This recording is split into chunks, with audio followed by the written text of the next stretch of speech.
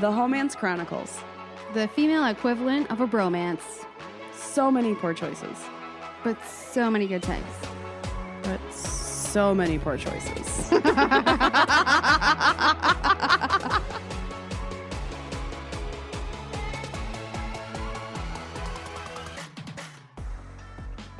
How do you stretch a tongue out? Oh, This that is could the be taken Homance so many Chronicles. ways. I know. Oy, oy, oy. I'm Sarah. I'm Nicole. And I don't know what I just did, but I was unconsciously making movements with my tongue, and I may have permanently damaged myself. If anything, I think it's just a nerve thing. I don't think it's permanent damage. I don't You know, may whatever. just like hit a little hot spot. Welcome to 2026. In your Now your tongue's 40s. weird. Yeah. Well, like I said before we started recording, I watched this guy, and he's like a neuroscience chiropractor guy. And he's like, hey, if your neck hurts, push your tongue out of your mouth and do these 3 things with it and put it back in. That should feel better. And I can say that I have, in fact, on occasion, followed a couple of his videos, been like, huh, would you look at that? It worked. I got to contact this man. I don't know what I did. I tried maybe a hard reset. It didn't, it failed. Something's going on. I got a headache. My neck is sore. What keys did I just press? How do I Yeah. unpress them? Yeah. How do we control delete this situation? Oh my God. I just want to go back to 10 minutes ago. What the fuck? My neck hurts. My And tongue's I sore. mean, from my perspective, seeing you on camera, all I did was look like you leaned back in your chair and like put your arms up, with your hands like behind your head. I did Kind of. this. I did Oh, this okay. movement. Yeah, you had roller coaster arms. Okay. Yes, and then I pushed my tongue into maybe we gotta visit this later. I can't keep going over this. I keep hurting myself. I don't know. I don't know. This is a wild one. I don't know what happened. You hit just the right like pressure point or something. I don't know. I don't know. But I genuinely have one of those like headaches at the very back of my neck now that was not there when we started talking today. Anyway. Goodness gracious. We're Starting off here. the year strong. Excessively strong. My Which jaw's sore now. we were talking about TV that we watched over the holiday break, and I did an excessive amount of TV watching for sure. Yeah, I did. I kind of Binged the fell fuck out of into some shit. a depression hole of TV watching. Hmm I call that rotting. Yeah, I yeah. did a whole lot of rotting. I really blew through quite a few things. Yep. And I'm actually gonna save one of them for my Atta Girl All right. because there's not much else. Well, actually, you know what? Now that I think about it, I have something else I could talk about. I'll tell you about the show now. All right. Why build suspense? So For anyway, nothing. as you know, I already texted you and told you that I watched Heated Rivalry. Yes. Yes. And Heated Rivalry Just a refresher for those who is don't on remember. HBO Max, and it's a Crave Canada production. It's based on a book, and it's two we'll call them gay, queer, bi, curious guys who play hockey who are rivals and end up having this sordid love affair over, I don't know, a decade of time. And it has grabbed the internet by the balls Well, and completely taken over. let's be honest. There's a couple layers there. So, Canada, Mm-hmm. hockey, Mm-hmm. the manliest thing you could ever do. Mm-hmm. Sleeping with your opponent. Mm-hmm. Awful idea. Hockey. Like that's That's like liquid gold. That is the juice of life over there, and you're Hmm. tainting it, air quotes, with sordid love affairs that could never happen in real life. Air quoting again. Yeah. Well, I mean, obviously it's a romantasy style book that is part of a bigger series. And Romantasy. I'm sorry, I have to go back to that word because this is the first time I've heard this you've never genre. heard romantasy? I have not. And it took me a minute. I was like, that's not a fucking word. Oh my God, it is. It's when like the romance is like Oh, a I know. fantasy, Yeah. not necessarily fantasy sci-fi. It's like like Yeah. you're in a fantasy world with this romance because I'm not a gay man, but I wanted to be one in this show. Not a gay man by trade. I cannot believe the chokehold that it has on I mean, people are in their second rewatches. I mean, it's so good. It's so good. I was glued. I have, I'm not seeing any of it outside of you telling me about it. That's the crazy part. For real? Yeah. Oh my God. Yeah, it has no chokeholds in my area or algorithm. Oh my God. I've watched like every reel, every interview, because the two main characters are now also doing an audiobook through Quinn. Um, so if you can't get enough, you can go get their Quinn book. I mean, but they're different characters, I believe. The one guy, he's 25. It's like his first major role. He found out he got the job 8 days before filming started, Oh, and wow. he had to learn how to skate and speak in Russian and with a Russian accent. I mean, when that's your job and that's all you have to learn, go ahead. He did so good. Like, if he doesn't get nominated or win an award, like we'll just say win. If he doesn't win something, I think that there's gonna be a whole fandom that's just gonna like go after the committees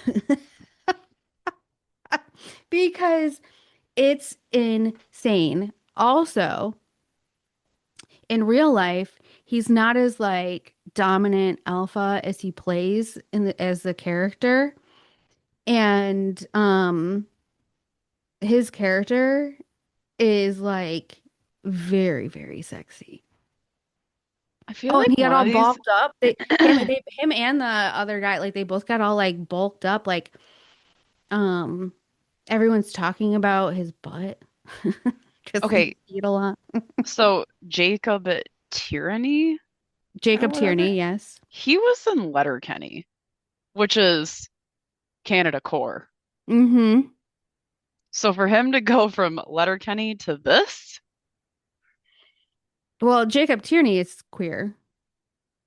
right, He's that's fine. gay or something. I don't know what his label is, but he reached out to the author and said, "Can I make this into a show?" That's funny. Also, when he reached out to the author, it was like within the same week, I guess she was diagnosed with Parkinson's. Oh, that's sad. I know.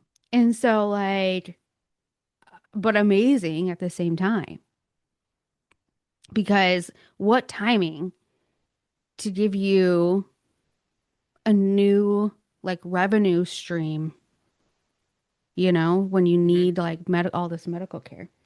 So, yeah, Mhm. yeah. I am stuck in the heated rivalry bubble. I cannot stop thinking about it. It's so good. And I'm over here of the same mindset over lock and key. We are totally different humans. But no, I feel like you would also really enjoy heated rivalry as well. There's actually a podcast of three straight dudes. Two of the three used to play hockey, and they're watching it even. and like obsessed and breaking it down. And then there's been all these reels of wives um recording their husbands It's fine. We're who are like late walking into the 1900s. room, like I'm not gonna watch this and then get stuck there and are watching it because obviously it's not for the straight men. It's for the gays, thems, theys, and women. hmm And I'm in But my even head. straight men can't like look away. Well, It's so good. it's funny too because like, Seth is a hockey freak. He's a Hmm. hockey fanatic. So after today's recording, I'm gonna go ask him, be like, hey, you heard this? I'll watch it with you if you want. It's okay. I won't tell anybody. There's not enough hockey in it for him, probably, but but yeah, it's one of the things I would definitely rewatch. However, it does make you very horny.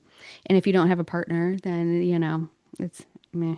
So I had to do a palate cleanser and then I watched this show called Blow Up on Amazon Prime and it was a competition of people using balloons to make like huge centerpieces.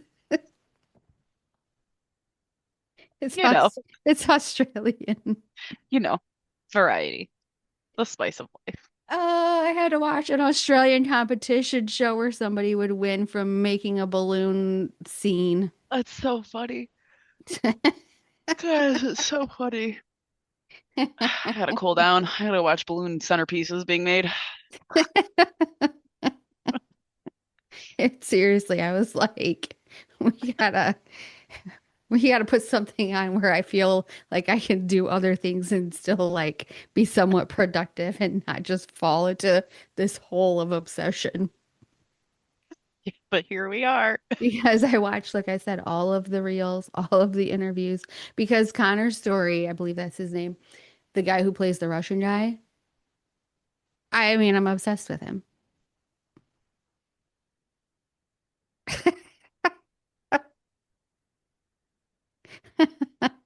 I mean, I'm obsessed with them. That's fine.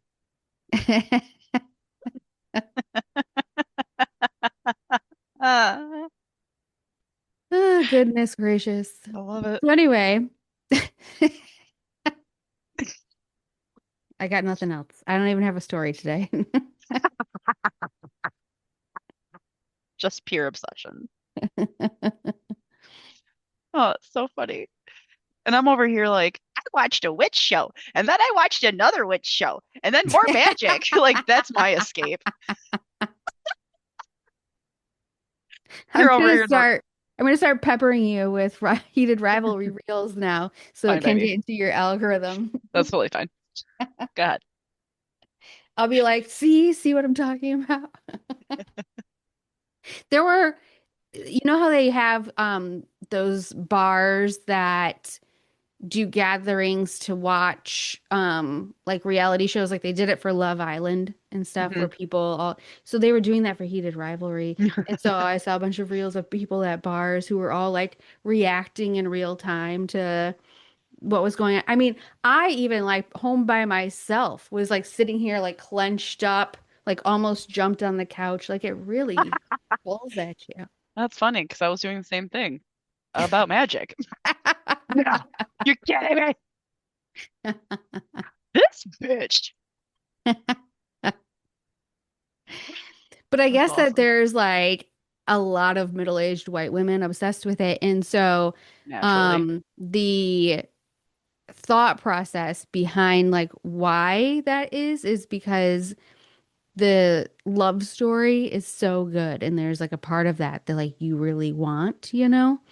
And they just like care for each other so much.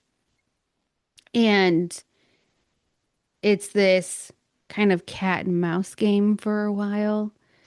And so it's really like flirty and I don't know, it's just like you you really want what they have. And it also shows men working out their feelings and emotions and having to communicate and all of this stuff without a woman needing to do it or get them to do it. You know what? It's like showing masculinity in a different way.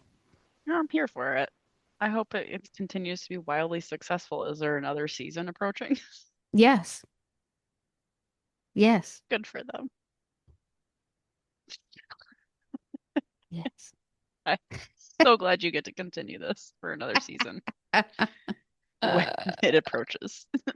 Yes. Yes. They start Yeah. filming tomorrow. Oh, laughing hurts. My new injury. Aw. My tongue injury. All right. Well, I'm sure that everybody is over my Your heated rivalry obsession. It's okay. yes. I Yes. support it. If So, they are, fuck them. well, I mean, we did come here for a different purpose today, Yeah.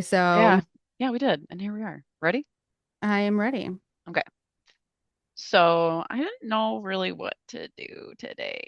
And I just kind of Google searched ladies that are important in history but don't really, you know, show up. So we're going to talk about Victoria Claughlin Woodhull, the first Okay. woman to be a presidential candidate Oh, before okay. women could vote. Okay. Well, we know that how that's gonna go. She also had a lot of firsts, but that's what she's mostly known for. Okay. So she is born on September 23rd, 1838, as Victoria California Claflin. She was seven of 10 kids, and only six of those kids made it. Her parents were not married. They were not educated. They were from Homer, Ohio. Her dad was a con man and a total fucking piece of shit. He was abusive in all of the ways, Oh sexually no. and otherwise. Her mother, also ill-educated, became a follower of Franz Mesmer, who was a European spiritualist, and some say he was woo-woo shit stupid, other people believed it. But this is where this is during the time of like seances and all that fun shit, the occult being curious and a lot of people selling snake oil basically. Um She did, though, later on believe that spirituality gave her a better life, and you'll hear why. Um, it ultimately, like that spirituality kind of supported her free love notion. Um, Unfortunately, outside of that, poverty, instability, and exploitation pretty much defined her childhood. So not a whole lot there. She reflected on it later, saying, I came upon the stage of action without preparation, without education, without money, without friends. So she saw her life was shaped by hardship instead of privilege. And at that stage, it wasn't necessarily like, oh, I'm humble. It was like more or less she was able to be defiant, if you will. So between 1853 and 1866, a lot of crazy shit happens. She's 11. She only has 3 years of education under her belt. Teachers found her to be incredibly smart, but she was forced to leave her home after her dad tried to run an insurance scam by burning down the family's grist mill. Um, the insurance company, of course, figured it out. And then at that Yeah. stage, because we're still in the 1800s, not even 1880s, 1866-ish time frame, the vigilantes ran his ass out of town. Um, then because of the situation with the mom being kind of Looney Tunes and the fact that there were like, six kids roughly, the family benefited, or I'm sorry, the town held a benefit for the rest of the family to pay for them to get out of town as well. So they left. Don't know I where they mean, who was the went. benefit really for? Right. For them or for the town? Hmm.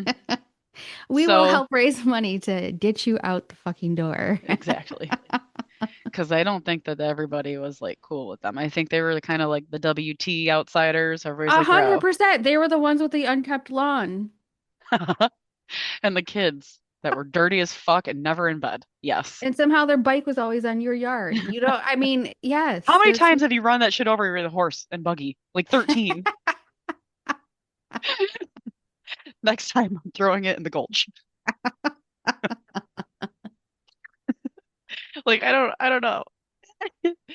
Uh, so she's 15 and she's got some chronic illness, and so her parents are consulting Dr. Canning Woodhull, who turns out to be an abusive alcoholic physician. He didn't need I a don't license. understand why so many physicians back then were alcoholics. Well, here's the thing. In Ohio That's at the that thing, time, right? I'm not making that up, yeah, no, right? you're not wrong. No, you're not wrong. And in my opinion, I think physicians are narcissists, and I have a reason for it. I have connection in my family to it, so I'm sorry if I offend you, but I would say that probably 80% of the physicians out there are fully narcissistic. It's kind of a complex thing with a lot of Yeah, them, especially those who are surgeons. yes, that's where I'm at with that. But anyway, because my uncle is one. Mm. Yeah, And I mean, I have those one who uncle. have your life in their hands. Yeah, Yeah. I have one uncle who's super duper humble and he's the kindest, nicest man you'll ever meet, but he's a specialist in a special area. The other one's a general practitioner and he's got that mindset of God complex. And so Mm. I seen it firsthand growing up. Anyway, he didn't need a license to practice any kind of medicine in Ohio. Nobody did at that time. And so that's where I think a lot of that comes from also is that these people that have these high visions of themselves who are also hating themselves put themselves in that position of power at that, you know what I mean? You know, I'm talking about. Hmm. So, Hmm. but it wasn't evident that he was like this until they were married. So he presented himself as a physician who was really intelligent. He was supposedly the first cousin of the mayor of New York City. So they got married on November 23rd of 1853. And then after that is when they started to identify, like, oh, he's a piece of shit. Oh, he's abusive. Oh, he's an alcoholic. He's not actually the cousin of the mayor. She had two children with him, including a son with Actually, the intellectual. cousin of the mayor. Hmm. Yeah, well, he used that in Ohio, of course, to be like pretentious. You know what I mean? Because nobody in Hmm. Ohio is going to go, oh, you don't know him. That's New York City. So he was able to make shit up. Um, She had a son with intellectual disabilities, and she attributed that to her husband's neglect and addiction. I have a feeling something bad happened while she was pregnant, but that's just me. Oh, I was gonna say it was also evident in her mom. Yeah, So yeah. this kid had a lot against him. Lot going on. And it was the 1800s. There's that. So Yeah. this experience later fueled her view on free love, and she was quoted saying, I'm a free lover. I have an inalienable constitutional and natural right to love whom I may, to love as long or as short of a period as I can. So that that experience she had kind of set her up for the next big things that she basically did. So her first foray, yes, Hmm. into success. She was between 1866 and 1869. She divorced Woodhull. She kept a surname because it's obviously too difficult to get it changed. She met and married James Harvey Blood, who was a colonel, and he served in the Union Army in Missouri, and he was elected the city auditor of St. Louis, Missouri. Her sister Tenny, or Tennessee, also shows up, and she shows up as a clairvoyant and magnetic healer, where this is one of the few professions women could speak publicly and earn money.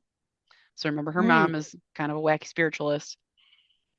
Her sister picks it up and starts to make money from it, and then connects with Victoria, and her and Victoria start spiritualism stuff. But their And clairvoyance is scammy. I don't think it's scammy so much. I do think there was a level of belief in it, but I don't think that they were being scammy. They were Okay. facilitating something. There wasn't a whole lot on it. Spiritualism has made me all that I am, basically. So she wasn't she wasn't looking at it as a like in a way to escape her sad. She actually turned this into her first of many successful things that she did in her life. it was not too long after they started working together as spiritualists and clairvoyant, providing clairvoyant assistance and whatever else, that they ended up opening Woodhull, Claflin and Company. They were the first women to operate a Wall Street brokerage firm backed by Cornelius Vanderbilt Oh, a because of their, Vanderbilt. yes, Cornelius V. Vanderbilt. So he apparently, I'm gonna make some assumptions here, but I think that at some point they were doing like occulty shit, and Vanderbilt they created a rapport with him, and then at some point, as they were rubbing elbows with all these people in affluence, they were able to actually create, because she wasn't fucking stupid by any means. She just had rough beginnings, and I imagine her sister was of the same intelligence because her and her sister successfully partnered for the rest of the story throughout life with each other. So the press mocked them, and Woodhull responded by saying the principle of equality knows no sex. She Wall Street didn't need to like her, they just had to deal with her. Like she didn't fucking care. Wall Street brokers were shocked. Petticoats among the bovine and ursine animals, the New York Sun headlined. Um, they opened in 1870, and yes, it was because he was an admirer of her mediumship. And there was also rumors that he was Tenny, or Tennessee, they call her Tenny's lover. And he was actually pretty serious about committing, like considering to marry her. Really? Hmm. So, unfortunately, though, that never came to fruition. She did make um her fortune on the New York Stock Exchange by advising clients like Vanderbilt. So it was at one time she like She specifically told advised him, him on financial decisions based on half-hearted clairvoyance. no, I think at that point there was a line in the sand, and she did mediumship to gain the trust, but then she was talking shop with these guys, and as she Yeah. continued to Well, talk shop, that's where she yeah, gained that hopefully, trust. yeah. Hopefully she educated herself, picked up on Oh, she how did. it did, right? Yeah, no, She's she not just did. like, I feel No, like it wasn't that at all. Absolutely not. No, and here's a good example. So, because I was like, this sh is gonna be a very bad ending to the story if she didn't uh, actually put the work in because no, she's she gonna end up did. dead. No, she did. So, like, for an example, one one time, when she was advising Vanderbilt, she told him to sell his shares short for 150 cents per stock, which he just followed and ended up earning millions on the deal. So the New York Herald hailed her and her sister as the queens of finance and the bewitching brokers. Wow. So even many contemporary men's journals published sexualizing images of the pairs running their firm, um, linking the concept of publicly minded, unchaperoned women with the ideas of sexual immortality and prostitution. So although these women were fucking running circles around these dudes on the floor, they were still being shit on Oh, of all over the course. place. Of course, we can't let them have any power. They So, won't need us. no, God, no. So that was in January. They established their company. In May of 1870, they launched Woodhull and Claflin's Weekly, one of the most radical newspapers in U.S. history. So these women,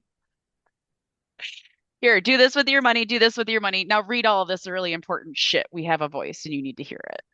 I mean, that's very inspiring. It helps give me some Don't forget. motivation and gives me a little bit more of a kick in the ass because it's a reminder that even though markets may seem saturated, like your voice is still unique. Hmm. And don't forget, it's still the fucking 1800s. I know, and they just were like, we're just gonna do it. Women's suffrage movement was happening during this time. Hmm. So it it's it's so cool. So she and her sister included topics like women's suffrage, labor reform, sexual autonomy, critiques of marriage at the time, and political corruption. And she made her editorial stance unmistakable. The world moves and ideas with it. What was once considered shocking is now commonplace. So it's like a little kind reminder. So they did end up using the money that they made from their brokerage to found the newspaper. And at its height, it had a national circulation of 20,000. Its primary purpose was to support Victoria for President of the United States. It was published for the next 6 years. Feminism was the weekly's primary interest, and but it also actually became notorious for publishing controversial opinions on taboo topics, advocating, among other things, sexual education, free love, women's suffrage, short skirts, spiritualism, vegetarianism, and licensed prostitution. She was an advocate for prostitution or sex working to be legal. This is something that they've advocated since the 1800s for it to be legal. She also advocated birth control. Some historians disagree on that one. But the paper is also now known for printing the first English version of Karl Marx's Communist Manifesto in its edition on December 30th of 1871. Okay. So, All right. she was a socialist, a feminist socialist is what they called her. And Okay. she didn't look at it from human rights standpoints. She was looking at it from a purely economical standpoint. And some people in the suffrage movement made them very uncomfortable, like very uncomfortable. But Well, sure. I mean, they're talking about short skirts, for heaven's sakes. oh, for Pete's sake. So,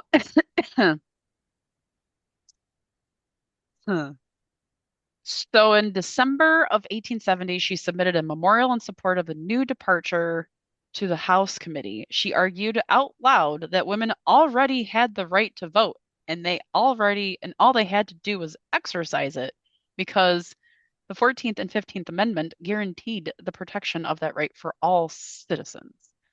And she became the first woman to testify before the U.S.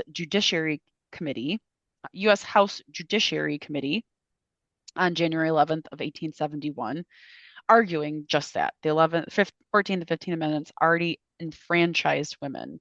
The core argument was if the Constitution does not permit women to vote, then it does not permit them to be governed. Which, Okay. let's be real for a second. Hell yeah. I was gonna say, makes sense. Hell yeah. That sounds like a threat. But a threat that makes sense. Yep.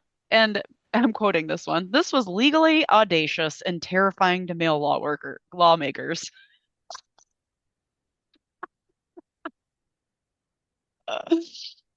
The Women's Suffrage Association's third annual convention was actually postponed, so people like Susan B. Anthony could attend this committee hearing and support her.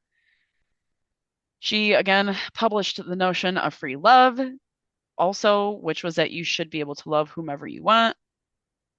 And she also wanted to support the legalization of prostitution, and that was because some say it stemmed from her sister being held against her will at a brothel, but we don't know that actually for sure. As I mentioned, her newspaper published the first English language U.S. translation of the Communist Manifesto, and she framed it as education, not endorsement. We publish everything that we believe the public ought to read, whether we agree with it or not. Unfortunately, America panicked, but she just kept printing it. She was labeled as a social feminist. I said this, and she was looking at it again, purely from an educational, economical standpoint. So she also, on April 2nd of 1870, big year, publicly announces her intention to run for the president of the United States. And she explains, and quote, I therefore claim the right to speak for the unenfranchised women of the country. And she wrote that in a letter to the New York Herald. She was formally nominated by the Equal Rights Party, which she created. Her platform included universal suffrage, labor protections, 8-hour workdays, civil rights, and prison reform.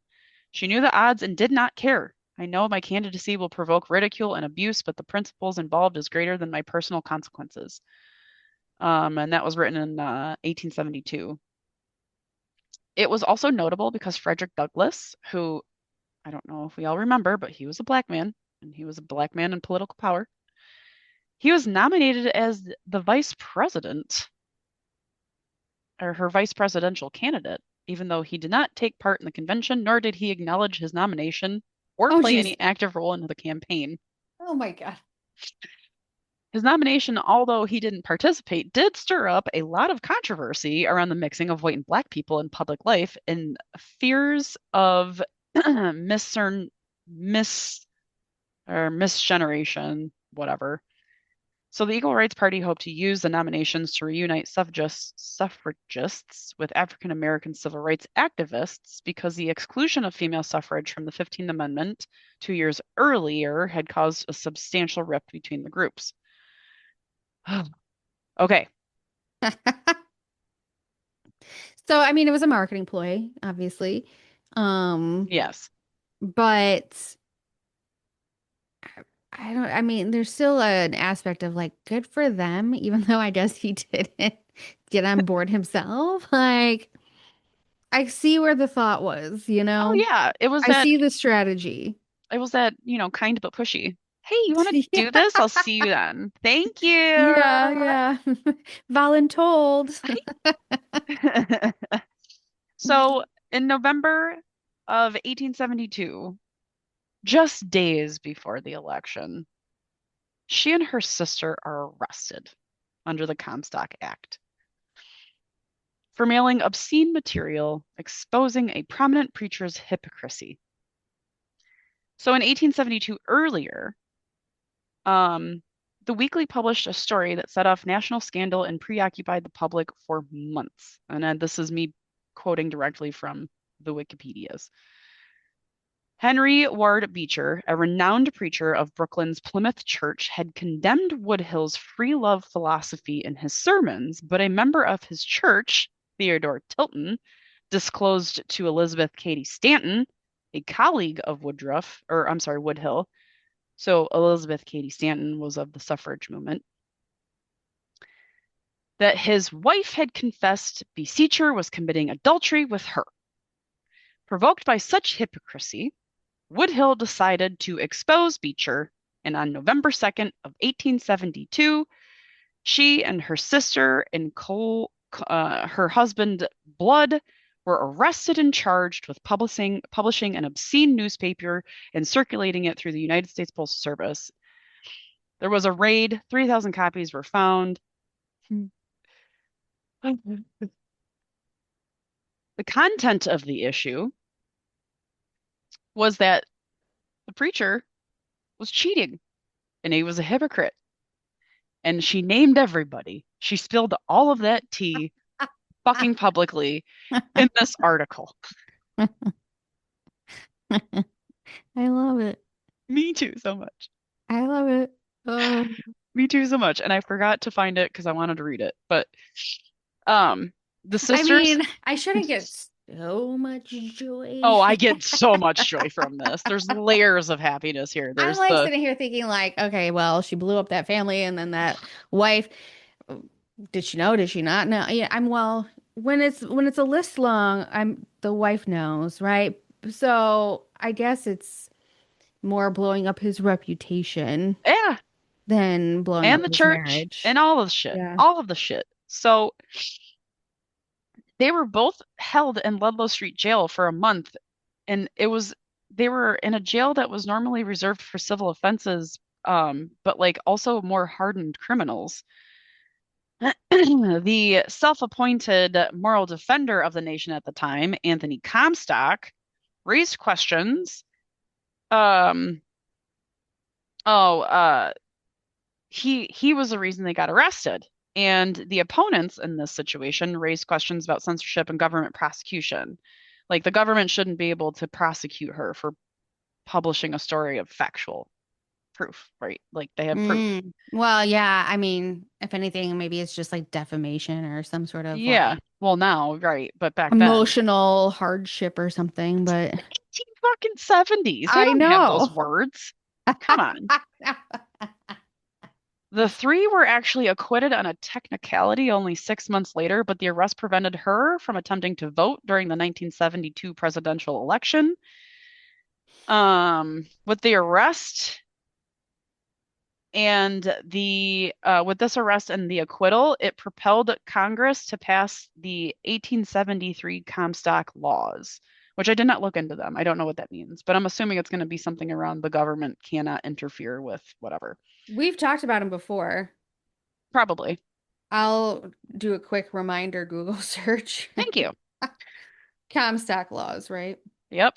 So the preacher, Mr. Beecher, ended up standing trial in 1875 for adultery in a proceeding that proved to be one of the most sensational legal episodes of the era, gripping the attention of hundreds of thousands of Americans. The trial ended with a hung jury, but the church won the case hands down. Uncomfortable. All right, so the Comstock Act of 1873 was U.S. federal anti-obscenity law named after Anthony Comstock that banned mailing anything quote unquote obscene, which would include pornography, contraception, etc., that would be classified as illicit. He's something else. Fucking self-appointed defender of the nation. Go eat rocks. So it wasn't from participating with it, though that's a different act. This was just the mailing of the items. Hmm. But I was like, we've talked about it before because of the birth control aspects. Like we've covered other women who were, Yeah. you know, big parts of getting contraception just in general, like Hmm. into women's hands. Right. All right. So, um, at that time, George Francis Train defended her. Other feminists, including the Susan B. Anthonys, kind of disagreed with her tactics for pushing for women's equality, and unfortunately, others characterized her as an opportunistic and unpredictable. One notable incident, she had a run-in with Anthony during a meeting of the National Women's Suffrage Association, and it didn't turn out well. Let's just go there. So in 1876, she divorces her husband, Mr. Blood. No reason why. I couldn't find one. It's just she divorced. But it could also have been that the Vanderbilt passed away. And um Vanderbilt Jr. wanted to give them money to kind of get out of there. So I don't know if she, excuse me, divorced him because the guy died and this money was coming, or if she divorced him and then this all happened at the same time. But ultimately, Vanderbilt gave him, or I'm sorry, her sister and her the equivalent of 30K in today's money, like 34K in today's money, to leave the country because he did not want them testifying in hearings on the distribution of the elder Vanderbilt's estate. They accepted and permanently moved to England, exhausted by legal harassment and political isolation. So she made her first public appearance as a lecturer on December 4th in that same year. And that's where she met a guy called John Biddop Martin. Okay. In 1883, on October 31st, she and John got married. He Oh. was a wealthy English baker, and his parents were not okay with that at all. Because, Uh-oh. censorship. Uh-oh. She was Yeah. super censored in the States. Can you imagine what she was super censored over there? They were probably like, oh, gripping their pearls. So from then on, she was known as Victoria Woodhull Martin, and under that name, she did end up publishing the magazine The Humanitarian from 1892 to 1901 with help from her daughter Zula, and her husband unfortunately passed away in 1897. After 1901, she gave up publishing to retire to the country, establishing residence at Norton Park, where she built a village school with Tennessee and Zula, her sister and daughter. Through her work at Breeden's Norton School, she became a champion for education reform in English village schools with the addition of kindergarten curriculum. So she's starting them young. She was active in pioneering the days of female motorists with the Ladies Automobile Club, if you recall. I did a story about and they were involved. She is reputed to have been the first woman to drive a car in Hyde Park, London, and in the English country roads. So she later reflected on her American battles, and she says, I was years ahead of my time. The world simply was not ready for me. Oh man, put it on a tombstone. For real. I hope they did. On June 9, 1927, at the age of 88 years old, after living a very full, crazy-ass life, she got to see women vote in the US in 1920s. She got to see women voting in Britain in 1918 and 1920. She passed away of natural causes. Oh wow. Yeah. And What a life. she was pretty fucking cool. I'm not gonna lie to you. She had a ton of post-mortem legacy stuff happen. The famous American Civil War photographer Matthew Brady had taken several photos of her, photographed her several times. There's a wall memorial to her at Tewkesbury Abbey in England. A historical marker outside of the Homer Public Library in Licking County, Ohio, describes Woodhull as the first woman candidate for president of the United States. There's a memorial clock tower in honor at the Robbins Hunter Museum in Granville, Ohio. A likeness of her appears on the hours. There was a Broadway musical. The Woodhull Institute for Ethical Leadership was founded by Naomi Wolf and Margaret McGowan in 1997. She was inducted posthumously into the National Women's Hall of Fame in 2001. The Woodhull Sexual Freedom Alliance is an American human rights and sexual freedom advocacy organization. It was founded in 2003 and named in honor of her. She was honored by the office of the Manhattan Borough President in March of 2008, and she was also included on a map of historical sites which are related or dedicated to important women. She was awarded on September 26th of 2008 the Ronald H. Brown Trailblazer Award from the St. John's University School of Law in Queens, New York.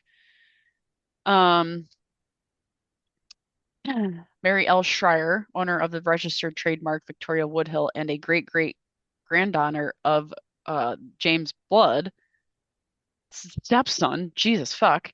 She accepted the awards on Victoria's behalf. The Trailblazer Awards are presented to individuals whose work and activities in the business and community demonstrate commitment to uplifting underrepresented groups and individuals. She had the opera Mrs. President premiere in Anchorage, Alaska in 2012, written by Victoria Bond. March of 2017, Amazon Studios announced production of a movie based on her life, produced by and starring Brie Larson as Victoria Woodhull. Let's see. Just a couple of books. I hadn't heard of that one. I hadn't either. With Brie Larson? Wow. Yeah. So quite a bit of post-passing stuff going on. Lots of sources for today. And let me get those because they're all over the map. I didn't write them down. Well, and then initially when you said her name, it sounded familiar to me. And also, the story of being the first woman to be considered for president, because I'm like, I swear that I've done a story like that before. So I was like Googling looking at our website and like searching on our making website sure, and like yeah. I was like, oh my God, have we done this one before? No, we haven't. We have like not been good at keeping the tracking going, but but there is another woman that I did. I think she Yes, was black. she was Black Lady. Yeah. Yeah, because I was like, oh, we've done the first woman president nomination before, but I don't know if I've heard the story, so it must have been somebody else. So I just did it. Yeah. But Um, anyway, so we want to thank you, Encyclopedia or Britannica.com, NPS.gov. Thank you to history.com, wikipedia.com, battlefields.org, lock.gov, that's Library of Congress.gov, uh, wikiquote.org. Let's see, some other academic books. Yeah, so that's Victoria. I mean, it's very cool. So on this website of female presidential candidates, she's listed as the first, and then another woman, Belva Ann Bennett Lockwood, next. Then Margaret Chase Smith in 1964. And then what I did the story on was Shirley Anita Chisholm, Hmm. which she was 1972, and she was a black woman, and there is that movie on Netflix about her. Hmm. Yeah, But um, but yeah, this website, cawp.rutgers.edu, has the whole list of all of the women. that's cool. All seven of them. Mm. Well, I mean, I'm surprised there's actually more. 10. Cool. 3, 4.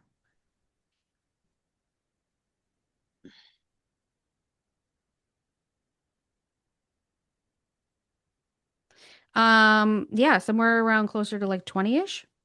For them. So, That's pretty sweet.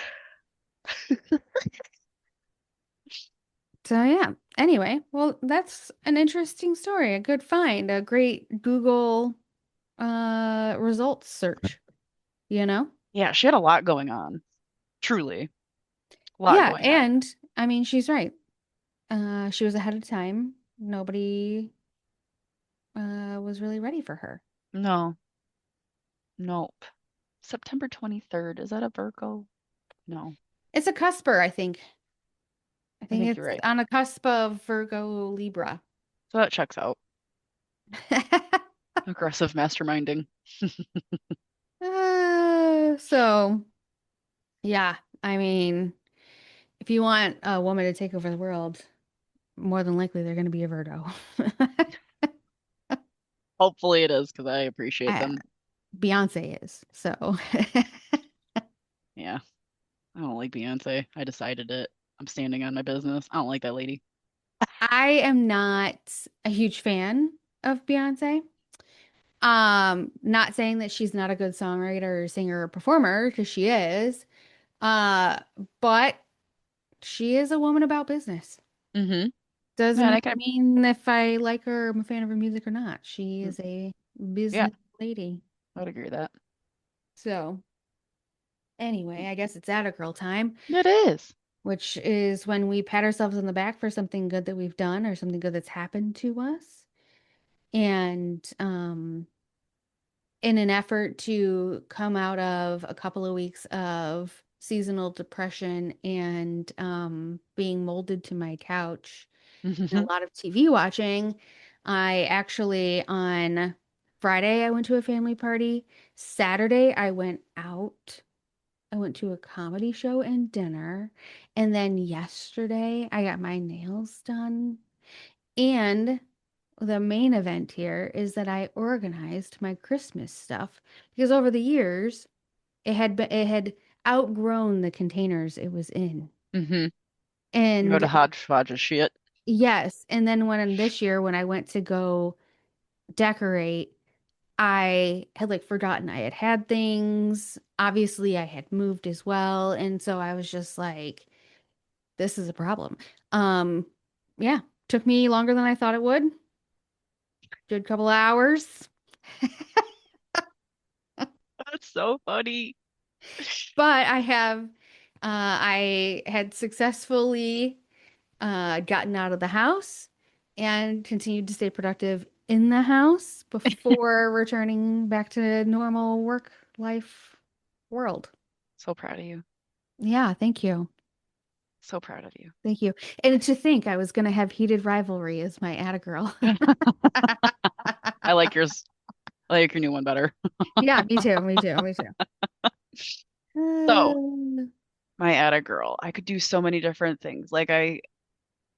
But I think the thing I'm the most proud of is that I scheduled an appointment with a new therapist for Friday. Yay. Jumping If into we therapy. did sound effects, we'd have the like little clappers. Yeah, clapping and yes. It's been a few years since I've gone to therapy, and I'm not struggling with, crazy sad life things. I'm midlife crisising, and I'm tired of doing what I'm doing. And I just need to make sure I'm not going crazy because I'm sure I'm also now in perimenopause and I don't know if these are my emotions or my hormones speaking. So I just need a little bit of help. And I'm not afraid to ask for it. And so I just, I Yeah. woke up I this mean, morning feeling like shit and decided today was the day. So I did it.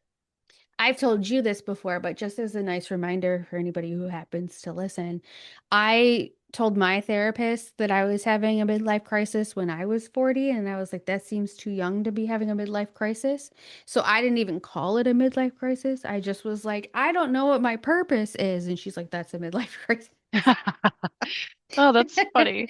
I And she's feel like, like, no, 40 is when it happens for a lot of people, especially women. yeah. And I don't think it's not like I don't know I know who I am and I just know what I'm trying to put on doesn't fit anymore. I'm tired of Right. it. I'm done. Exactly. Exactly. So I need to figure out a new size. And that's fine. I'm okay with that.